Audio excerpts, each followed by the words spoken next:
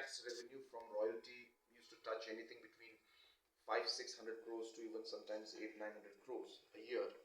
So we do expect that it should be at that level or higher, but I think it will be too early for me to comment on that. Let's see how it goes, because it's a scientific production, and there could be some limitations. It could take time for them to reach optimum production levels. So we really don't know how things will go. So let us wait and see. But I gave you the numbers which was there in the past. So I'm hoping it should be at that level or maybe even higher. Coming to another issue is let me get back to the same issue before cool. The coal that is being extracted through this scientific mining, can these three miners sell the coal on their own, or it has to be auctioned by Coal India? No, they sell it on their own. It's their mine. It's their mine. It's their coal. They can sell on their own. So how can the government make sure that the coal that has been extracted by these three miners and the coal that has been extracted illegally will not be mixed up in the same depot? Of course, the mines that are there, the paperwork and all will be kept.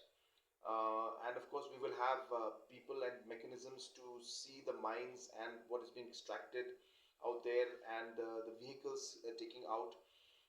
All of this will be monitored in a very close manner, because there are specific mines. These are not like, again, individual small mines in different parts of things. It's in a centralized location. It will be a very large mine. These are 100 hectares and above mines. So therefore, it is easier for us to monitor these things. So therefore, I expect that we will be able to, because again, that's again a loss of revenue for the state government. So it's in the interest of the state government to ensure that we are able to monitor, that we do monitor these kind of locations, and which I expect that will be far easier compared to the past, because in the past there were many mines all in small locations, but these are 100 hectares plus mines in a specific location, which will make it easier for government. The entry and exit of these things will be very clear.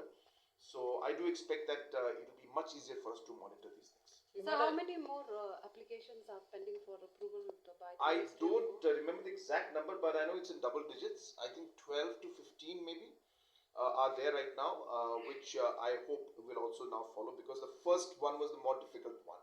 Now that we have learned the process, I expect that the next ones will be slightly smoother. So you made a practical observation. The entire NGT ban, the approach was wrong, because there should have been time given for transition. That is what you said. Yes, that's what I said. No, you see, if you look at global practice, there is a concept called just transition, which means justified transition. Now, if you were to look at climate change and CO2 emission, so NGT ban is like telling India that you have to cut down today itself 50% of your emissions, or else we'll not give you any more aid, or we'll not give you this. You have to stop all these kind of things. You can't do that. You can't do that. You have to tell India, like, look, we expect you to do 10% lesser by first year. Second year, we expect maybe 20%. Third year, we expect 20%. And by 10th year, you have to stop it. So that's what called justified transition. And that's the concept which I personally feel should have been put out here, where the ban should have been said, there is a ban that we propose because this is unscientific, it is affecting the environment, and it affects other aspects of safety of miners. And hence,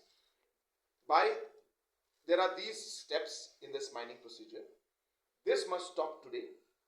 But because of the livelihood and the transition period that is required to be given to the miners, we'll allow this particular practice to continue for 2 years. And then this one for another 2 years. But by the 10th year, there'll be a complete ban on the mining of using the rat hole mining or whatever other mechanisms. That is what should have been done, is what I'm saying. So when you completely cut off some procedure which has been followed for 200 years, and suddenly you come up and just say, well, what you did in 200 years was not correct, so you cannot do it from tomorrow. I feel it's unfair. And therefore, the right way to do this was to have, as I said, a justified transition. We call it just transition, is what I'm trying to say. Why the government did not appeal? Whichever government? Why? I don't know, but I appealed. Exactly, that's what I did. In 2019, I was the one who filed the case in Supreme Court. Exactly, you're right. Why didn't appeal? I also want to ask a question, but again, it will be political if I go into those angles. I don't know why they didn't do it. So but we did it. in 2019, as soon as we came in, we of course took some time to understand, to be sure that we want to go ahead with this. And then when this tough decision came in front of me, it said that look, there's a chance you could lose this case, and if you lose this case, then it'll be more complicated. So we went through all the pros and cons, we went through all the aspects, we discussed with many legal experts, and then the decision was up to me to decide as Chief Minister whether we will go and challenge this in Supreme Court. And I said, look, whatever was done was incorrect. Let's go and challenge this. And that decision was very tough, let me tell you. It wasn't easy. So it looks very easy now, and a lot of people question time consuming. I understand. But it was not easy when that moment was there, when we didn't know what was going to happen in the court case, how this would unfold in the coming years. Am I going to be making things more complicated?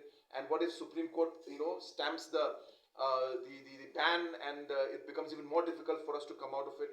I had to take a tough call, and then we took the call that whatever it may be, let's go and challenge this. From legal point of view, looks like we're in strong grounds. We took that challenge, we decided, and we went ahead, and that's why the ban was lifted. So therefore the ban was lifted based on that. But then Supreme Court then mentioned that while you have the ban lifted, you still have to follow a scientific way of extracting in the future. And that's what we started doing by starting the procedure with talks with Government of India, that we want to have a procedure for us to have scientific mining. Now the challenge we faced in Meghalaya was the land holding systems were different from the rest of the country. So where there were the land holding systems the Government of India had for the rest of the states, where the land in the mines are owned by the government of that state, in Meghalaya it was different. So when we went and applied, they said there is no provision for private mines to be given and things. So we had to create new provisions for Meghalaya, and that took us many months. And again, countered applications to be put, more rules to be put. So it was a very challenging procedure, which is difficult to explain in one press conference. I'll take some time one of these days to have your favorite press CM Connect with press of 4 hours, as always. This time we'll do it 5 hours, and we'll have a good time. And I'll explain and share the whole thing with you.